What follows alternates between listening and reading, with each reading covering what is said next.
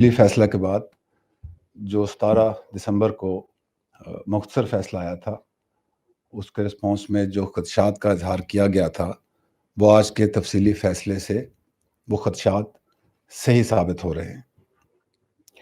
آج کے فیصلے بالخصوص اس میں استعمال کیے گئے الفاظ انسانیت، مذہب، تہذیب اور کسی بھی اقدار سے بالاتر ہیں۔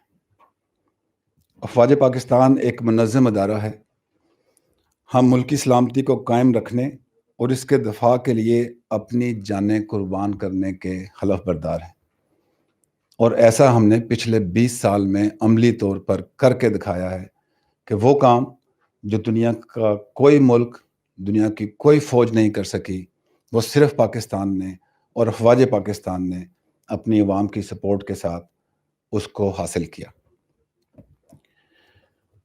میں پچھلی بہت ساری پریس کانفرنسوں میں جب بھی آپ سے بات کی تو nature and character of war کے اوپر بات کی کہ ہم کنونشنل جنگ سے سب کنونشنل جنگ اور اس کے ساتھ لڑتے ہوئے بہتر ہوتے ہوئے آج ہائبرڈ وار کا سامنا کر رہے ہیں۔ تو ہمیں اس بدلتی ہوئی nature and character of war کا بھرپور احساس ہے۔ اس میں دشمن، اس کے سہولت کار، اعلیٰ کار، ان کا کیا ڈیزائن ہو سکتا ہے، وہ کیا چاہتے ہیں، ان سب کی بھی ہمیں سمجھ ہے۔ جہاں دشمن ہمیں داخلی طور پر کمزور کرتے رہے، اب اس داخلی طور پر کمزور کرنے کے ساتھ ساتھ بیرونی جو ان کی خطرات ہیں، ان کی طرح سے بھی آوازیں اٹھ رہی ہیں۔ آپ نے دیکھا ہوگا انڈین آرمی چیف کا کل کا کیا بیان آیا، ان کی لائن آف کنٹرول پہ کیا کوششیں ہیں۔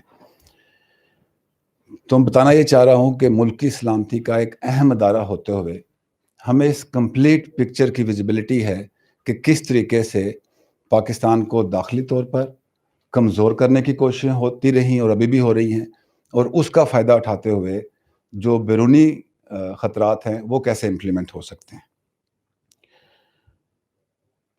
اب ان حالات میں چند لوگ اندرونی اور بیرونی حملوں سے ہمیں اشتعال دلاتے ہوئے آپس میں بھی لڑانا چاہتے ہیں، اور اس طریقے سے پاکستان کو شکست دینے کے خواب بھی دیکھ رہے ہیں۔ ایسا انشاءاللہ نہیں ہوگا۔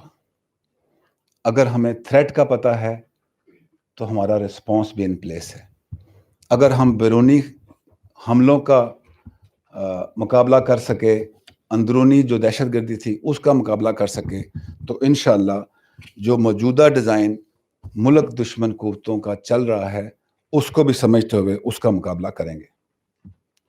جیسا کہ آرمی چیف نے کل SSG ہیڈ کوارٹر کے اور وہاں پہ کہا تھا کہ ہم نے اس ملک کو استحکام دینے کے لیے بہت لمبا سفر کیا ہے، بہت قربانیاں دی ہیں، عوام نے دی ہیں، اداروں نے دی ہیں، افواج پاکستان نے دی ہیں۔ اس استحکام کو ہم کسی بھی صورت ریورس نہیں ہونے دیں گے۔ ہم اپنے قدم جو بڑھتے ہوئے قدم ہیں ان کو پیچھے نہیں ہٹائیں گے، اور اندرونی اور بیرونی دشمنوں کو انشاءاللہ ناکام کریں گے۔ افواج پاکستان صرف ایک ادارہ نہیں ہے، یہ ایک خاندان ہے۔ ہم عوام کی افواج ہیں اور جذبہ ایمانی کے بعد عوام کی حمایت سے مضبوط ہیں۔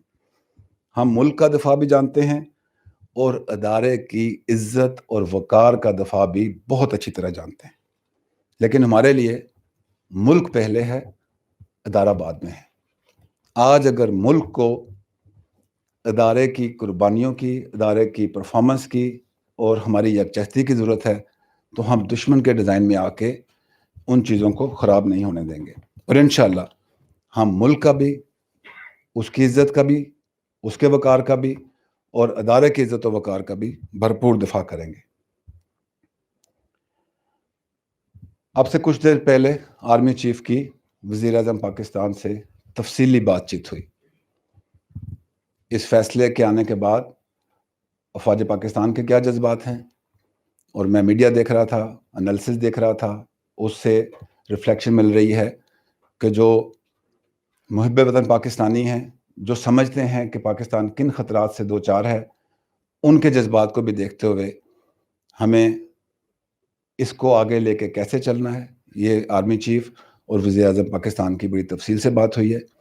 فوج اور حکومت پچھلے چند سالوں سے مل کر ملک کو اس طرف لے جانا چاہتی ہے جہاں ہر قسم کے خطرات ناکام ہو جائیں اور ملک اس طرف جائے جہاں ہم جانا چاہتے ہیں، اور انشاءاللہ وہاں ہم جائیں گے.